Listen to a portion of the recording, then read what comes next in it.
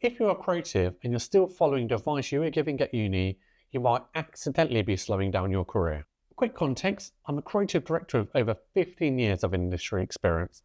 I've hired creatives, I've mentored juniors through to art directors, and I've watched insanely talented people stay stuck because they followed advice that sounds right but just doesn't work anymore. In this video, I'm breaking down the career tips people still repeat and what actually works now if you want momentum, not just motivation. So, sit back, relax, and let's start with the most dangerous one first, and that is doing pro bono work. Now, pro bono work isn't bad at all, but only if you use it strategically. If you're a marketer and you're working for a construction company, but you want to break into the fashion industry, taking on 2 or 3 pro bono projects with small fashion brands can help you switch industries. A few of the creative agencies I've worked for throughout my career use pro bono work to this effect. For example, if they wanted to break into the tech space, we'd identify a few tech startups, do some pro bono work for them, and that allows us to build case studies onto our website that we can then use in pitches to further clients. Remember, if you're going to do pro bono work, keep it to 2 or 3 projects maximum. Set a limit. Choose relevant industries to target. Again, if you're in construction and want to break into fashion, then target only those fashion brands. And make sure it's temporary but intentional. What you don't want to do is be in a cycle where you're spending a whole year doing pro bono work. Absolutely not. That's not what I'm saying here. This is being very intentional with your time, being very targeted, and having that goal and that purpose of creating case studies or portfolio work to allow you to break into those industries. The mistake is treating free work as your default. Every project should have a goal, new skills, a portfolio piece that matters, or access to a new network. Early in your career, you're often trading time for access. The problem isn't free work, it's unfocused free work.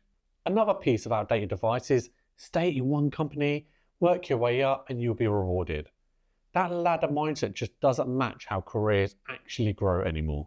Instead, you need to gamify your career. Every role should answer one question, and that is, what skill is this giving me for my next step? You need to plan what your next steps are. For example, what I always teach my mentees and my creators is, you take a step into a new role, you learn, and then you move on. When you take on a new role, you should already know what it is that you need to do in that role to then take the next role along. So it's something I've always done for the last few years. If I'm interviewing for a job, I'm looking at the job spec in interviews, I'm questioning them, trying to understand, is this job going to give me the skills and the exposure I need to take the role after this? So thinking way ahead of yourself. And don't forget that you need to measure where you currently are in your role. Knowing where you are is going to help you make the leap to where you want to be. So I've got a whole video around this. Have a look at my feed. I'll try and tag it up here if I can. I've got a whole video of really understanding where you are in your career right now and how to identify the steps you need to take to get to where you want to be. Once you learn the skills for the next role, you need to start looking for a job. LinkedIn data shows that people who move roles every 1 to 2 years early in their career earn significantly more over time. Some figures even place it as 50% more income earned over your career lifespan, that's a huge amount of money. So you've got the skills, and how do you know when the time is right for you to move? Now, me personally, once I've got the skills I need for the next role, I'm already looking, but not everyone's like that. So a trifecta that someone taught me is, if you're enjoying work, that's important. If you're being well paid, that's important. And if you're learning, that's also important. Now, you need at least 2 of those 3 things to stay in a job. Once it breaks down to 1, so you might be well paid, but you hate going into work and you're not learning, you need to start looking. Or you're learning loads, but you're not well paid and you hate the work, you need to start looking. Remember, the most effective way to build your career isn't loyalty, it's strategic skill growth. This one makes people uncomfortable, but it needs to be said. It's okay to leave a job in the first month. First month is a 2-way trial. You're assessing them just as much as they're assessing you. If the role isn't what was promised, onboarding can be chaotic or expectations unclear, Those are red flags, not growing pains. And one short role won't ruin your career. Staying in the wrong role for a year will. Hiring managers care about patterns, not one mismatch. I remember years ago after I graduated from uni, I got a job, was getting well paid. I always remember this because my desk was in front of a window, was the only window in the office. It was a basement office, but my window looked directly onto a brick wall. So every day I'd go in, I'm just staring at this brick wall, and I realised I'm not learning anything new. I'm in fact teaching them. The pay is okay, but I know I'll get paid more elsewhere. And honestly, I absolutely hate going into work. The team were great, but my boss, my managers, and the owner were pretty horrific. And I can make a whole video about them. So I left. I was only there like 2 months, and I made the choice to leave. And I left and found a better role. And that role, I met my mentor, took me on to bigger and greater things, and was a real catalyst for my career. So it's okay to leave. People don't just leave jobs. Remember, they leave misaligned expectations.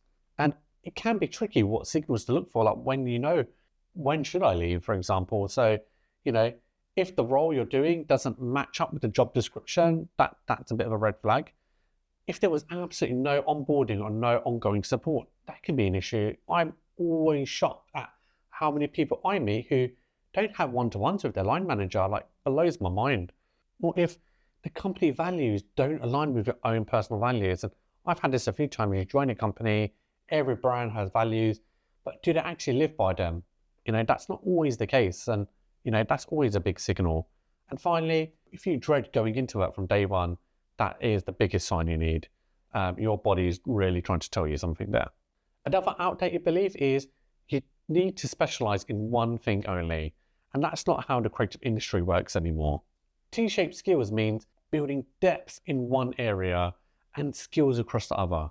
If you work in corporate, it's a very corporate idea of having T-shaped skills, but being able to take an idea from concept to execution is a huge advantage, especially in today's age. So being a specialist in one area, plus having complementary skills.